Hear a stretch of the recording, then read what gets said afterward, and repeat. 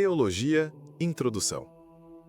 Teologia é uma dessas palavras que carregam peso. Peso de séculos, de culturas, de perguntas antigas. Vem do grego theos, que significa Deus, e logos, discurso ou razão. Ou seja, teologia é o esforço humano de falar sobre Deus, ou pelo menos tentar compreender o sagrado. Mas calma, não pense que isso se limita ao cristianismo. Todas as grandes tradições culturais e espirituais da história tiveram e têm sua forma de teologar. Dos mantras védicos na Índia ao pensamento confucionista na China antiga, das cosmosvisões dos povos originários ao misticismo sufi do Islã. Em todas elas, há um desejo comum: compreender o mistério que está além do visível. Estudar teologia, portanto, é mergulhar nesse mar profundo de significados e símbolos, buscando não apenas respostas, mas melhores perguntas. Por que estudar teologia? Pode parecer um luxo ou até algo distante da vida prática, mas estudar teologia é essencial. Porque, no fundo, todos nós temos perguntas. De onde viemos? Qual o sentido da vida? Como lidar com o sofrimento, a morte, a esperança? A teologia não nos dá respostas prontas, mas nos oferece caminhos de reflexão. Pense em figuras como Martin Luther King Jr., que usou sua fé como ferramenta de justiça, ou no filósofo hindu Shankara, que propôs uma união entre razão e experiência espiritual. Teologia não é uma matéria religiosa, é uma disciplina que toca o mais íntimo da nossa humanidade. Os ramos da teologia. Para organizar esse universo tão vasto, a teologia se divide em ramos. Temos, por exemplo, a teologia filosófica, que pergunta: existe Deus? O mal pode coexistir com o bem absoluto? A teologia comparada, que coloca lado a lado diferentes tradições e crenças, comparando ideias como sacrifício, salvação, pureza. A teologia histórica, que estuda como a fé evoluiu ao longo do tempo. Por exemplo, os debates sobre a natureza de Jesus no século IV.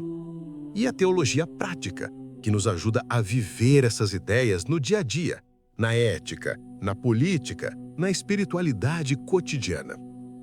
Métodos e fontes da teologia. E como se constrói a reflexão teológica? Um dos modelos mais conhecidos, mesmo fora do cristianismo, é o chamado quadrilátero de Wesley. Ele propõe 4 fontes de conhecimento: a Escritura, aquilo que cada tradição considera sagrado; a razão, nossa capacidade lógica de interpretar o mundo; a experiência, a vivência pessoal com o divino; e a tradição, o saber acumulado pelas comunidades ao longo do tempo. Juntas, essas 4 bases criam um equilíbrio. Nem puro racionalismo, nem puro dogmatismo. É uma espiritualidade pensante. Teologia das religiões. Num mundo tão plural, essa pergunta é inevitável. Como conviver com quem crê de maneira diferente? A teologia das religiões tenta responder isso com profundidade. Há quem defenda que apenas uma religião tem a verdade. Outros creem que todas têm algo em comum. O teólogo católico Jacques Dupuis, por exemplo, dizia que todas as religiões são como raios que partem de um mesmo sol. Raymond Panikkar, de origem hindu e cristã, falava de encontros sem fusão. A ideia aqui não é apagar as diferenças, mas aprender com elas. Porque quanto mais conhecemos o outro, mais entendemos o que somos também. Teologia e ciência.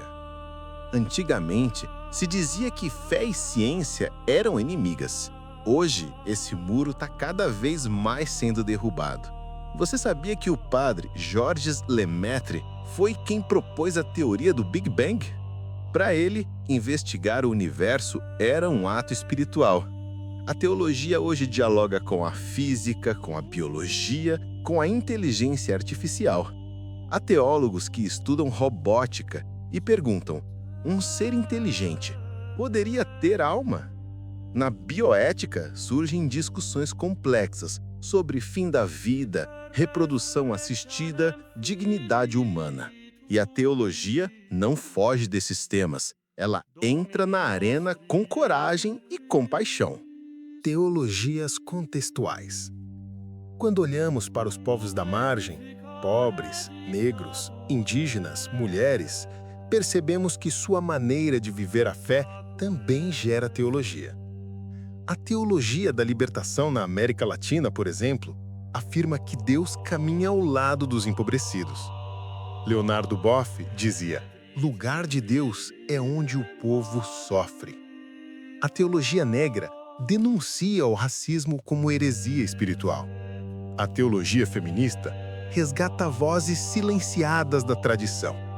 E novas teologias LGBTQIA+, reinterpretam os textos sagrados à luz da dignidade humana. Essas teologias partem da vida real e, por isso mesmo, são tão relevantes. Estética e teologia. Nem sempre a teologia fala. Às vezes, ela canta, pinta, dança. A arte é uma forma profunda de espiritualidade.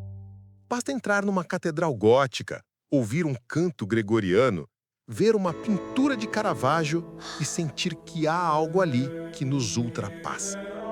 São Francisco compôs um hino chamado Cântico das Criaturas, onde chamava o sol de irmão e a lua de irmã.